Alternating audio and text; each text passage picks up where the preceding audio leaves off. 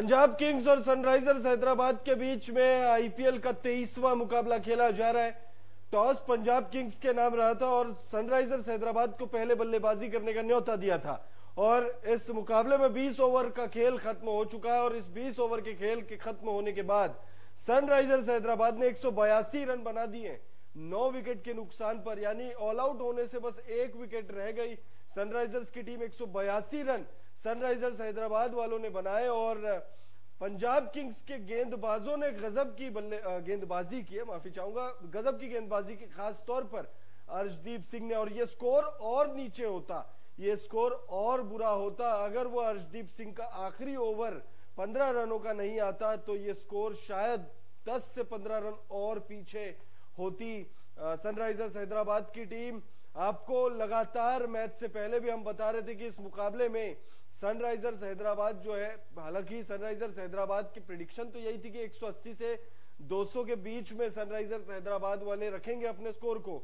आप लोगों को याद होगा इससे पिछला वाला जो लाइव सेशन था उसमें कृष्णा भाई भी थे हमारे साथ और उन्होंने भी कहा था कि 180 से 200 के बीच का स्कोर होगा। मैंने भी वही कहा था, लेकिन वो तो मुझे अलग प्रेडिक्शन देने के लिए कहा गया था, इसीलिए मैंने कहा कि 175 से 180 के बीच में स्कोर होगा और स्कोर 182 है, यानी प्रेडिक्शन लगभग आप कह सकते हो कि सही जा रही है हमारी। 182 पर जो है सनराइजर्स हैदराबाद वाले रुक गए हैं। स्कोर कार्ड पर नजर डाल लेते हैं कि सनराइजर्स हैदराबाद की तरफ से किस बल्लेबाज ने कितनी बल्लेबाजी की, कैसी बल्लेबाजी की। नीतीश रेड्डी ने वो पारी खेलकर सनराइजर्स हैदराबाद को बचा लिया। रेड्डी साहब ने बचा लिया सनराइजर्स हैदराबाद को। शुरुआत करते हैं, ट्रेविस हेड और अभिषेक शर्मा की जोड़ी ने शुरुआत अच्छी दिलाई थी। इस जोड़ी की अगर हम बात करें तो इस जोड़ी ने 27 रनों की पार्टनरशिप कर ली थी, लेकिन फिर उसके बाद अर्शदीप सिंह और सैम करन ने क्या शुरुआत दिलाई भाई साहब, क्या गजब की गेंदबाजी की और 2 विकेट गिरा दिए। और उसके बाद जैसे ही विकेट 2 गिरे फिर तो विकेट रेगुलर इंटरवल्स पे गिरते चले गए। बस वो एक अब्दुल समद और नीतीश रेड्डी के बीच में जो पार्टनरशिप हुई है थोड़ी बहुत, वो एक पार्टनरशिप आप हटा दे तो इंटरवल रेगुलर रहा है विकेट गिरने का। ट्रेविस हेड 21 रन बनाकर आउट हुए, 15 गेंदों का सामना किया, 4 चौके, 140 की स्ट्राइक रेट। अभिषेक शर्मा शायद ओपनिंग इन्हें रास नहीं आ रही है, नंबर 3 पर बहुत अच्छी बल्लेबाजी कर रहे थे, ओपनिंग करने का मौका मिला है और ओपनिंग करते हुए इस मुकाबले में इनका बल्ला नहीं चला है, लेकिन एक दो मैच में नहीं चले हैं, उससे पहले 3 मुकाबले अच्छी बल्लेबाजी की है। तो अभिषेक शर्मा को हम इस मुकाबले में कुछ नहीं कहेंगे, कोई कुछ नहीं कहेगा अभिषेक शर्मा को। 16 रन बनाकर वो आउट होते हैं, 11 गेंदों का सामना किया, 2 चौके, 1 सिक्स, 145.45 की स्ट्राइक रेट। मार्करम खाता भी नहीं खोल पाए, मार्करम को भी कोई कुछ नहीं कहेगा क्योंकि मार्करम जो है वो लगातार अच्छा कर रहे थे और इस मुकाबले में वो फ्लॉप रहे हैं। और देखिए हर मुकाबले में 1 बल्लेबाज 2 बल्लेबाज आपके परफॉर्म करे कंसिस्टेंटली, वो भी एक इम्पॉसिबल सा टास्क नजर आता है। तो मार्करम को भी इस मुकाबले में हम छोड़ देते हैं, कुछ नहीं कहेंगे। मैच के बाद खैर हम लोग बात करेंगे कि किस वजह से कौन, अब पहले तो ये डिसाइड हो जाए कौन सी टीम हार रही है, क्योंकि 182 रन कोई छोटा स्कोर तो होता नहीं है। पंजाब किंग्स ने 174-75 जो है वो चेस किया है, क्या 183 चेस कर पाएगी, ये मुश्किल है। अभी सनराइजर्स हैदराबाद के जीतने के पूरे चांसेस है। नीतीश रेड्डी 37 गेंदों में 64 रनों की पारी उन्होंने खेली है, 4 चौके, 5 सिक्स।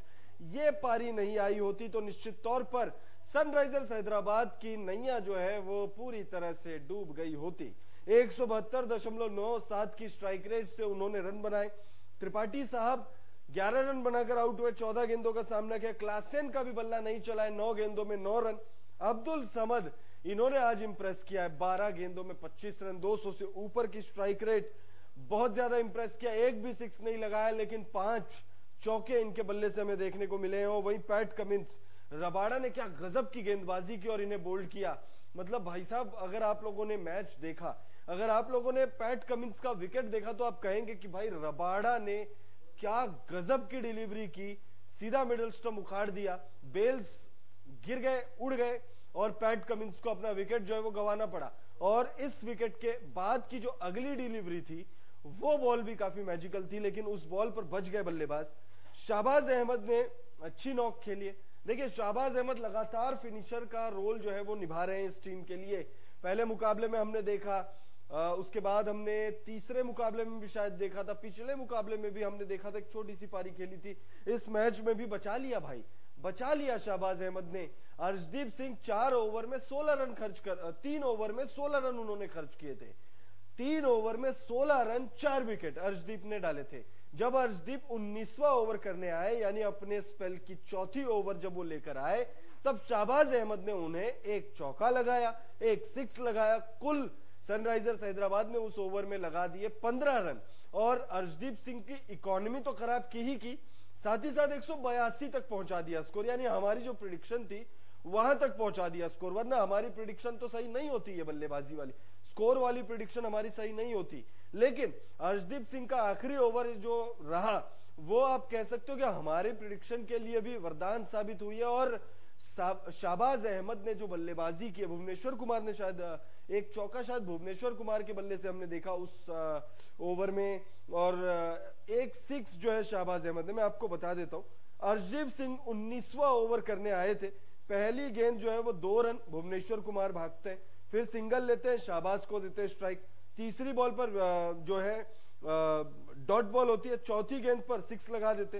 पांचवी बॉल जो है वो वाइड बॉल होती है, और छठी जो 5वीं गेंद लीगल 5वीं जो डिलीवरी है वो 6 होती है। तो यानी एक 6 एक 4, टोटल 15 रन इस ओवर में आए थे। तो अर्शदीप सिंह ने उस ओवर में गजब मतलब कह सकते हो आपकी उस ओवर से पहले गजब ढाया हुआ था, मतलब कहर ढाया हुआ था। लेकिन उस ओवर में रिलीज कर दिया पूरा प्रेशर। अब हम पंजाब किंग्स के गेंदबाजों पर भी बात कर लेते हैं, क्योंकि भाई बात तो होनी चाहिए। गजब की गेंदबाजी हुई है पंजाब द्वारा। सनराइजर्स हैदराबाद ये वो टीम है जिसने 277 मारे हैं इस टीम के साथ। और यकीन मानिए आईपीएल जब तक खत्म होगा तब तक बात चर्चा तो होगी, उस 277 रनों की चर्चा होगी, क्योंकि उस 277 रनों की खास बात यह थी कि किसी भी बल्लेबाज ने शतक नहीं लगाया था उस मैच में, उसके बावजूद, और ज्यादा विकेट भी नहीं गिरे थे, और उसके बावजूद 277 रन बने थे। 60 रन के आसपास ट्रेविस हेड के थे, 50-60 के आसपास अभिषेक शर्मा ने लगा दिए थे, हेनरी क्लासन 70 रनों के आसपास थे, एडन मार्करम 48 रन थे, अगर मैं गलत नहीं हूं तो 48 नॉट आउट थे। तो कलेक्टिव एफर्ट्स, यानी बल्लेबाजी में धार है, बल्लेबाजी में दम है सनराइजर्स हैदराबाद के इस सीजन में, और गेंदबाजी तो खैर है ही। बहरहाल अब हम पंजाब किंग्स की गेंदबाजी देख लेते हैं कि कैसी गेंदबाजी हुई। शुरुआत करते कगिसो रबाड़ा से। सबसे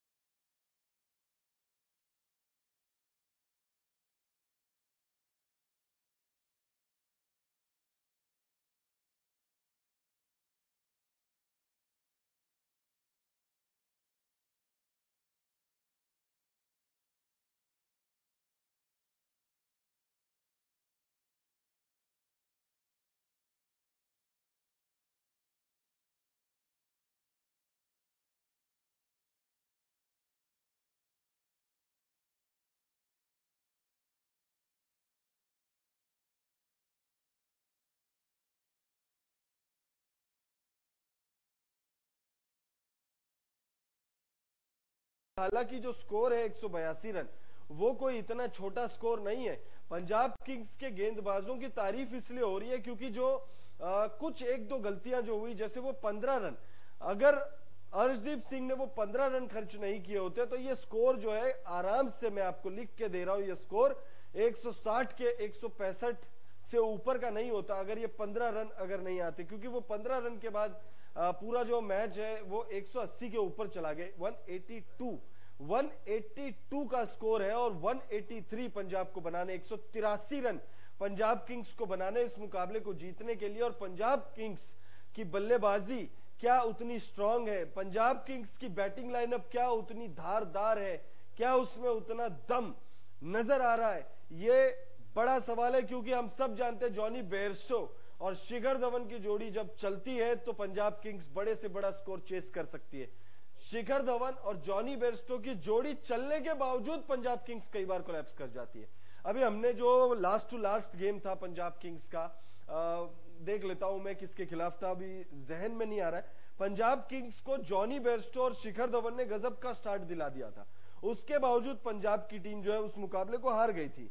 और वो मैच था एलएसजी के खिलाफ, एलएसजी के खिलाफ ये मैच था। और नहीं, एलएसजी के खिलाफ, हाँ एलएसजी के खिलाफ था। मयंक यादव ने 4 विकेट लिए थे, डेब्यू मुकाबला था मयंक यादव का।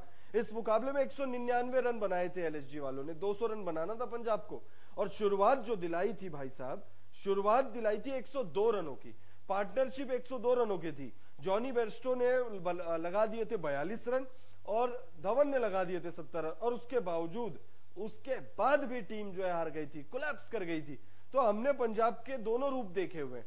एक रूप यह देखा हुआ है कि दोनों चल जाए, अगर जॉनी बेयरस्टो और शिखर धवन की जोड़ी चले तो टीम कुछ भी कर ले, और हमने फिर देखा है कि जॉनी बेयरस्टो और शिखर धवन की जोड़ी चले तो कोलैप्स भी हो जाए, क्योंकि गहराई उतनी नजर नहीं आ रही है। नाम बहुत बड़े बड़े हैं, सैम करन है, उसके बाद और बहुत बड़े बड़े नाम है इस टीम में। अगर हम देखें मयंक क्या कहते हैं, मयंक अग्रवाल तो पहले खेला करते थे।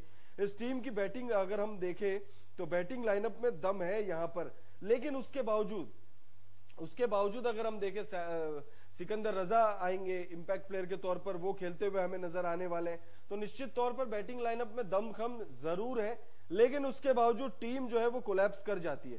टीम कोलैप्स कर जाती है और कई बार बहुत बुरी तरीके से कोलैप्स करती है। सैम करन है, सिकंदर रजा है, शशांक सिंह ने जो है एक मुकाबले में गजब की बल्लेबाजी